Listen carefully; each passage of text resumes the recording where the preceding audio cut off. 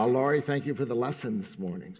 It was wonderful. I mean, don't you believe that we create heaven or hell right here on earth? And how do we do that? Our thinking, our thoughts. And so we have the opportunity to create it right here. And I'm a firm believer that whatever we create in consciousness right here continues with us on this eternal path of life, whatever that may be. We take that with us. And so for goodness sakes, that's my belief. So for goodness sakes, let's create heaven on earth so that we take this beautiful consciousness, as Joel Goldsmith would say, that is ongoing, always ongoing. So, that was not the lesson this morning. Maybe it was, okay? I don't know.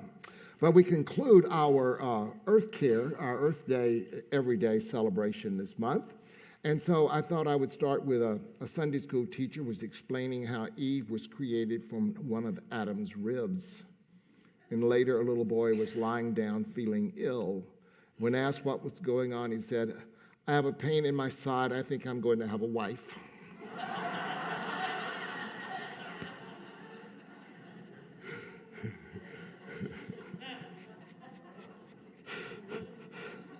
Don't have pain in your side anytime soon, okay? No.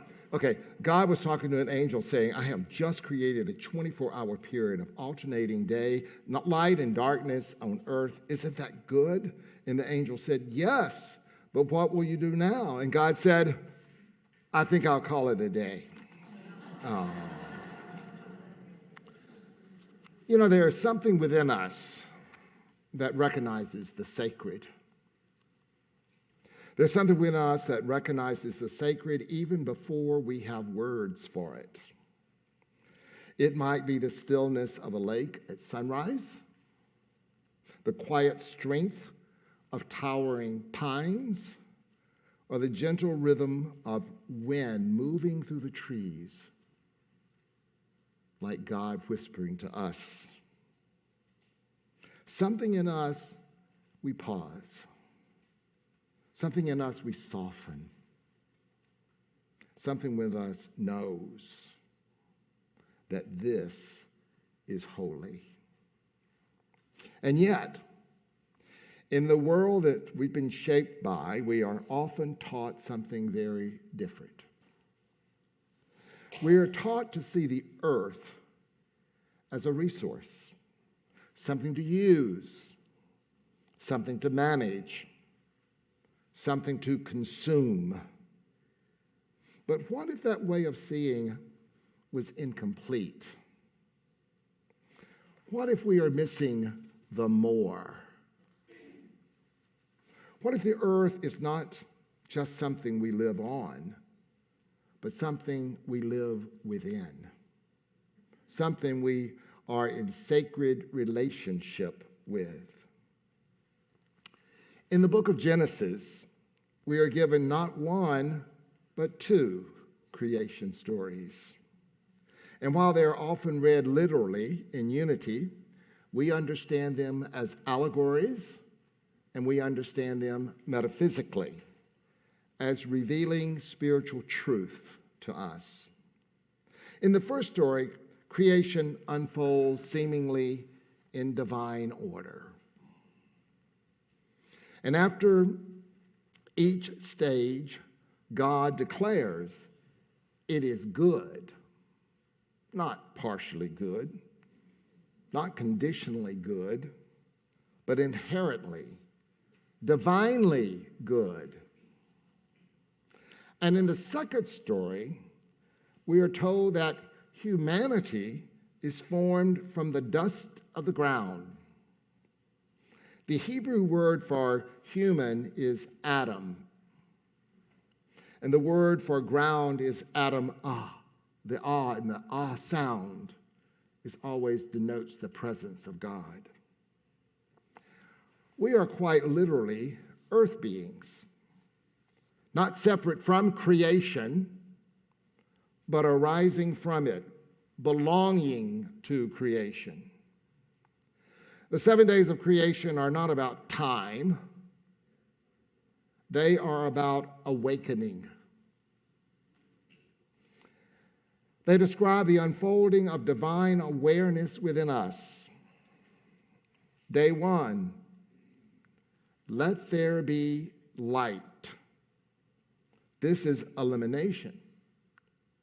This is awakening to truth within us. Let there be light. Day 2, let there be a firmament. This is about dividing the waters. For us, this is about discernment, the ability to recognize a higher consciousness and a lower consciousness. Day 3, land and growth in day 3. Dry land appears. Vegetation appears. This is grounding for us. This is about faith taking root. Day 4, the sun, the moon, the stars, lights in the heaven. For us, metaphysically, this is about guidance, inner wisdom, intuition, divine order. And day 5, wow, living creatures. Life begins to move. Life begins to express. This is expression, ideas becoming active for us. And then day 6, humanity and dominion. Self-awareness emerges. And with this self-awareness comes responsibility. And here something powerful happens. We are told that humanity is given dominion. Dominion. For centuries, I believe that this word has been misunderstood.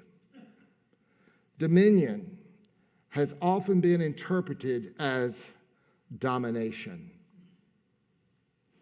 as permission to control, to exploit, to take without regard.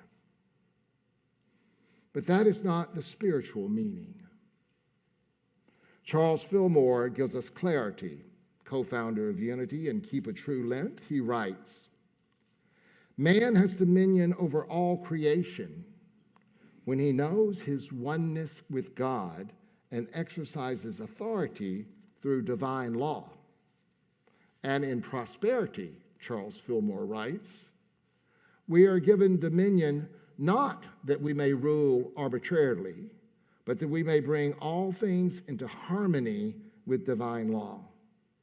So dominion is not power over. It is alignment with. It is not domination. It is authority expressed as harmony. Domination says, I have power over this.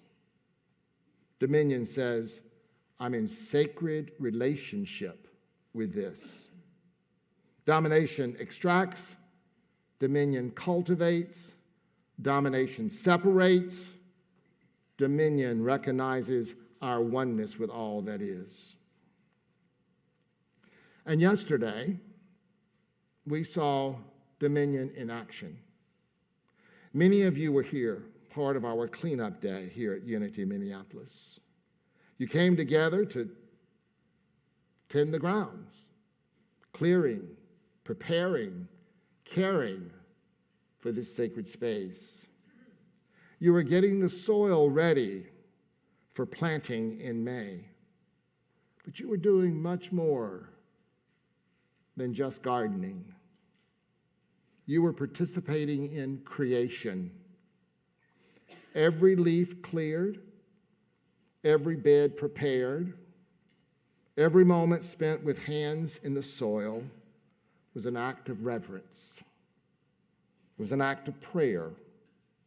That is dominion, not controlling the earth, but cooperating with the earth. Spiritual teacher Thich Nhat Hanh reminds us, we are here to awaken from the illusion of our separateness. Don't you love that? We are here to awaken from the illusion of our separateness. We are awakened from that. And he calls this awakening interbeing. We are not separated from the earth. We are the earth, expressing as human life. And this truth brings us now to what is unfolding. Perhaps you've read about it. I'd like to be a little bit more up to date about it, but what's unfolding here in Minnesota? Conversations continue around mining the land use near the Boundary Water Canoe Area, Wilderness, and the Iron Range. They're often framed as political or economic issues, but at their core, they are spiritual questions. How do we live in right relationship with the earth? How do we express dominion? This is not about taking sides. It is about raising consciousness. Because the same awareness that guides how we tend to garden must also guide how we make collective decisions. In Unity, we teach that the outer reflects the inner. So when we care for the earth, we're also tending something within ourselves. And when we return to reverence, we remember our wholeness. So how do we do this? How do we move from these beautiful ideas into a lived experience? Sometimes it begins simply. It might look like that what many of you did yesterday, tending the land, preparing the soil. It was just not work. It was a prayer in motion. And can we carry that same attitude, that same experience into our week? Yes, we can. You might just simply step outside and be present. You might pause before a meal and give thanks. You might make one small conscious choice that reflects care rather than convenience. And in those moments, the ordinary becomes sacred. So I invite you to hold this question. What does it mean for me to live in dominion, not domination, in my relationship to the earth? I believe there's a quiet call that is moving through our time. I believe this call is calling us back to relationship, not only with the earth, but calling us back to relationship with each other. It's calling us back to reverence. It's calling us back in love. And as we answer that call, we begin to notice something beautiful. The earth is not just something we are caring for. It is something that is caring for us, restoring us, grounding us, healing us. And in that sacred exchange, we rediscover our connection and we remember our wholeness. And that is the more, finding the more in sacred connection. So, I have an assignment or multiple assignments for you this week if you choose to accept it. Spend time in nature, just 10 to 15 minutes in stillness. Notice, listen, be present, quiet. Perform one act of earth care. Plant something. Tend the soil. Pick up litter. Reduce waste. Practice gratitude before a meal. Acknowledge the earth, the elements, and all who contribute. Make one conscious choice and let it reflect stewardship rather than habit. So what does it mean for me to live in sacred relationship with the earth? And remember, this is not about perfection. It's about awareness. It's about gently awakening to that sacred relationship that has always been here. So we're going to close this lesson with an affirmation. And rather than I'm going to speak it, then I'm going to ask you to speak it aloud with me.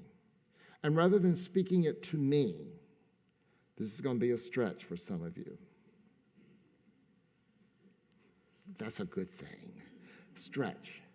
I would like for you to turn to someone, find someone, and you're going to speak the affirmation looking at someone other than me. You got that? You're going to find someone in the sanctuary. If you need to move a little bit, do that as well, okay? So I'll affirm it, then I'll ask you to affirm it with me.